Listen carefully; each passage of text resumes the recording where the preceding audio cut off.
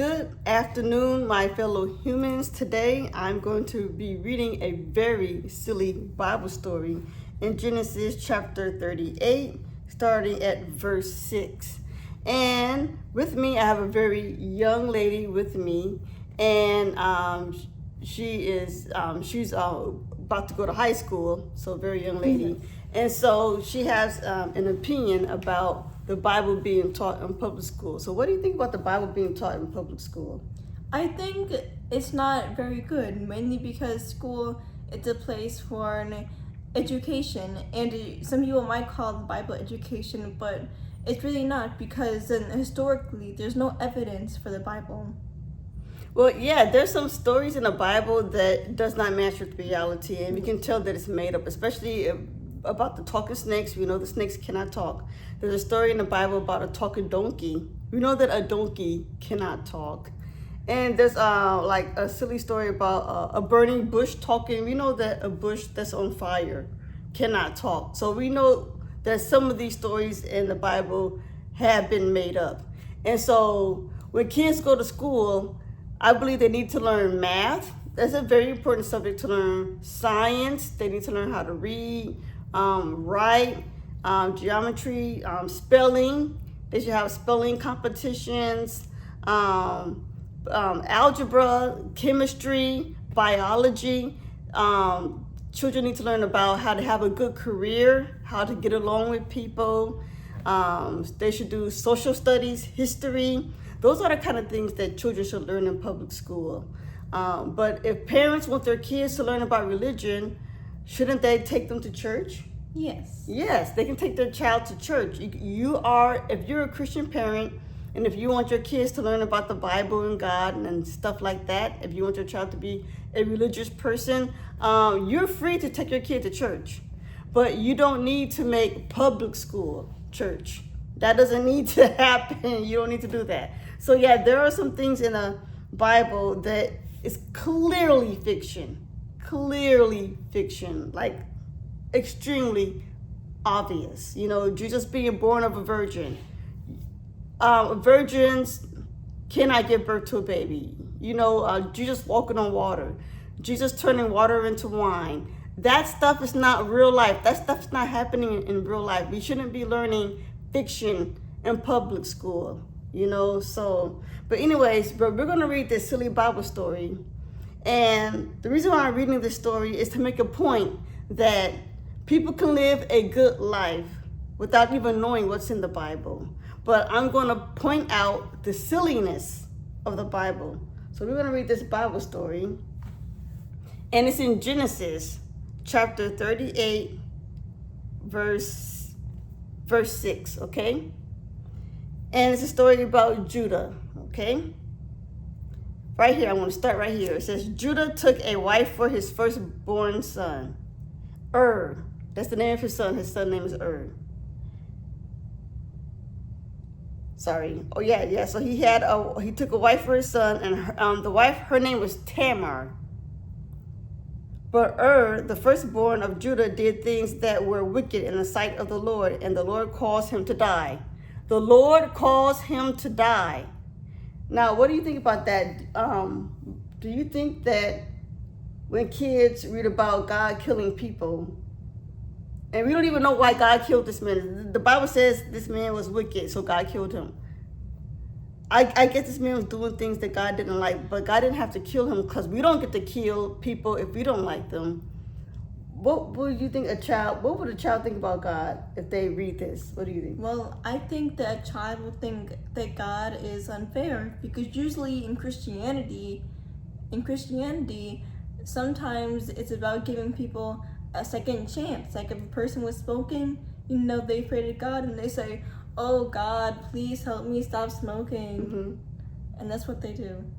Yeah. We don't know what this man did, and that's the other point. We don't know what this man did, but God killed him. So this could also make a kid, do you think this can make a kid scared of God? Yes. Yeah. If a kid believes that this God is real, the child can be scared. Now, I don't believe in this God, so I'm not scared. But when I was a kid, when I read this, I was like, whoa, God not playing. He kills people. And I had a little fear of the Lord. enemy, but he's killing people. We don't know what this man did. So anyways, I'm going to continue reading on.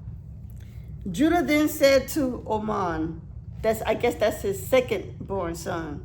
He said, marry the wife of your brother to fulfill the duty of a brother-in-law to her, and to assure descendants for your brother.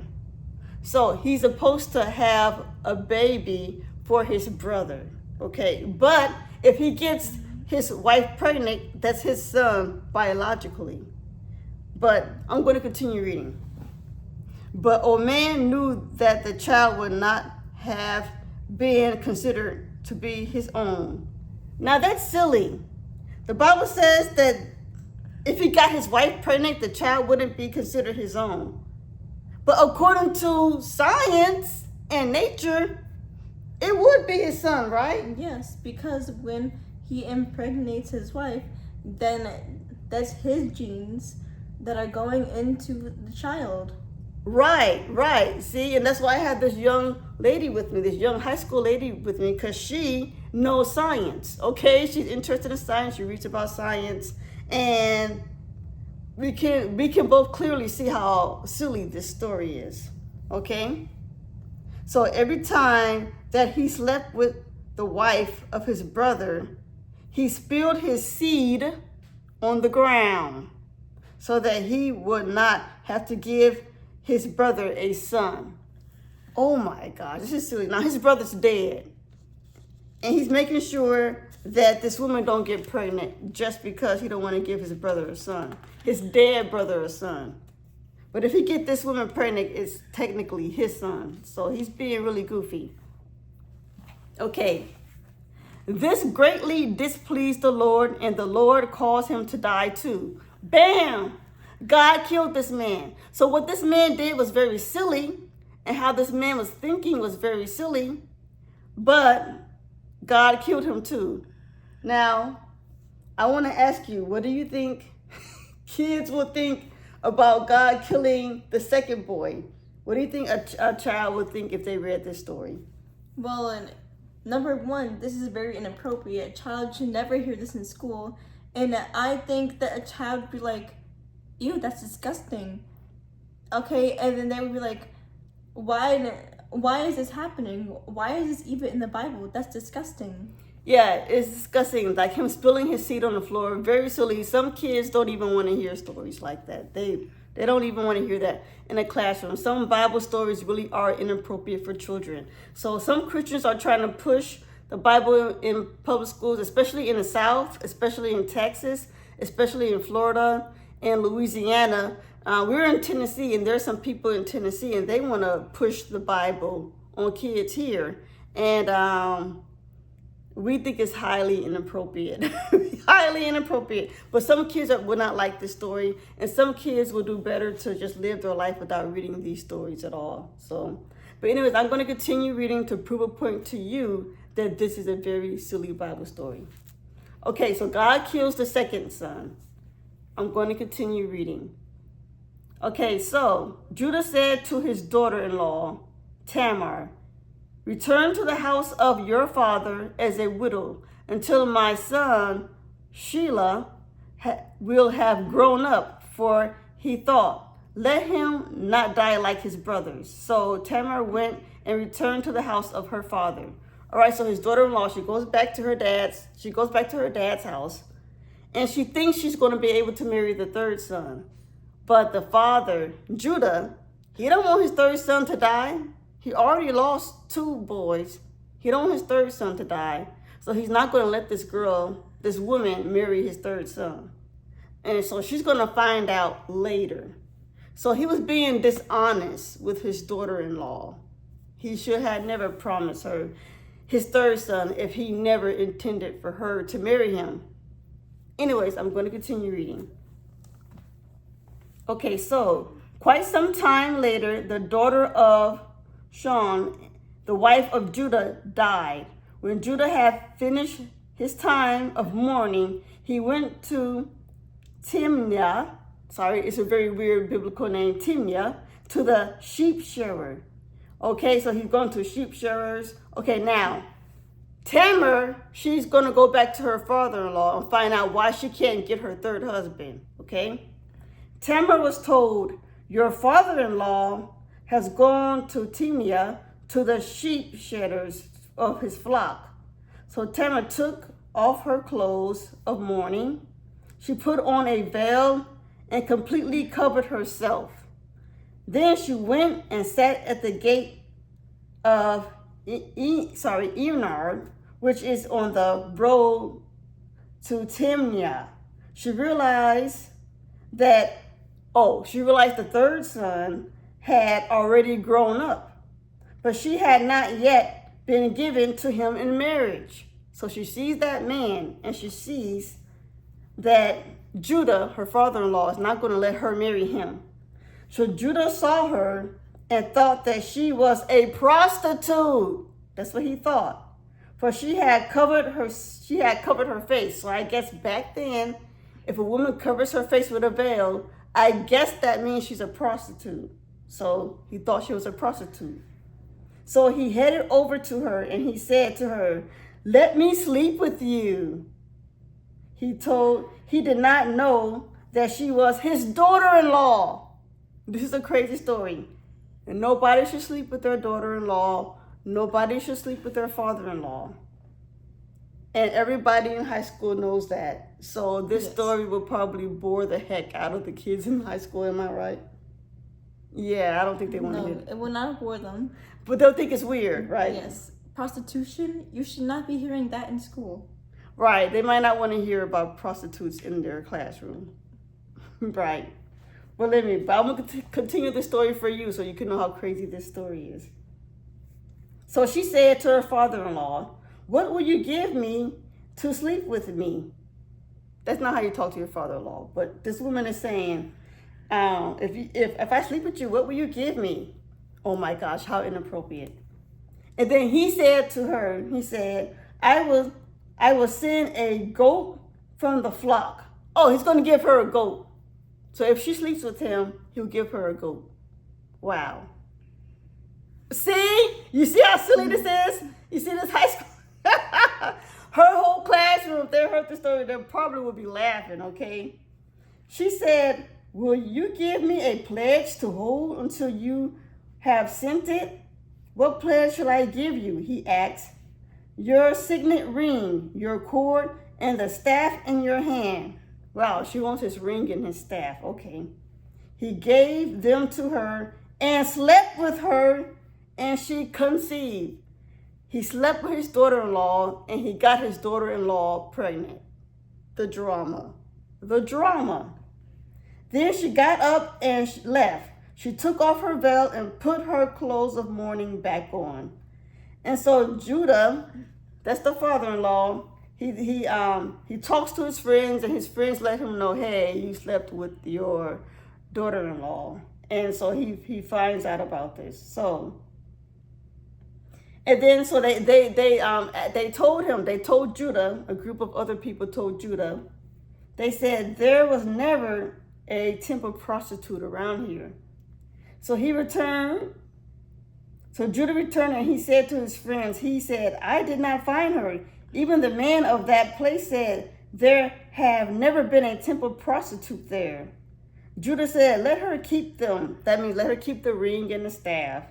He said, otherwise, he was afraid that people would laugh at him for sleeping with this prostitute, but they said there was no prostitute. Later, he's going to learn that it was his daughter-in-law.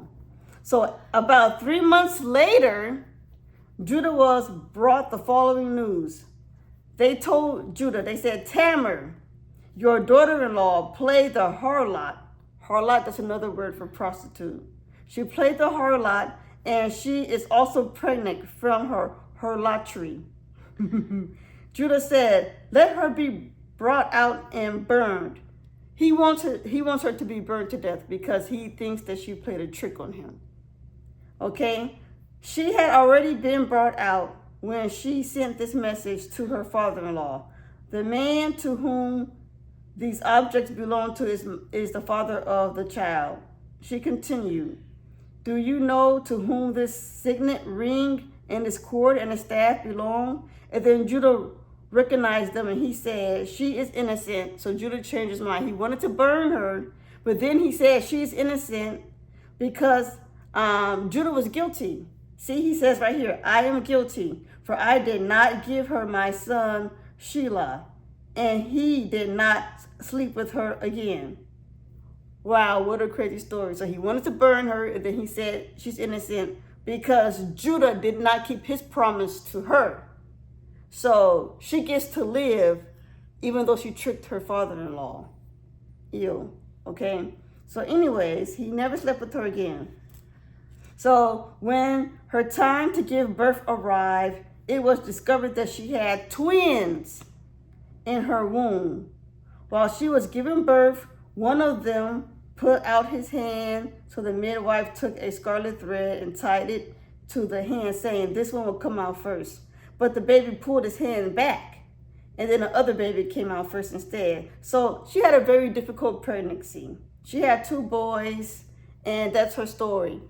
This is a very silly story that should not be read in public school, especially in high school, okay? These kids are going to not take this story seriously, and they're going to think it's silly. But there are some adult Christian people who did take this story seriously, and they used this story to justify not using birth control. So there was a woman, she already had 5 kids, but she wanted to use this story because her husband wanted to use this story to justify having child number 6, because they believe that people shouldn't use birth control. Now that's very silly. Now people should use birth control. Should people use a Bible story to justify not using birth control? They should not use the Bible.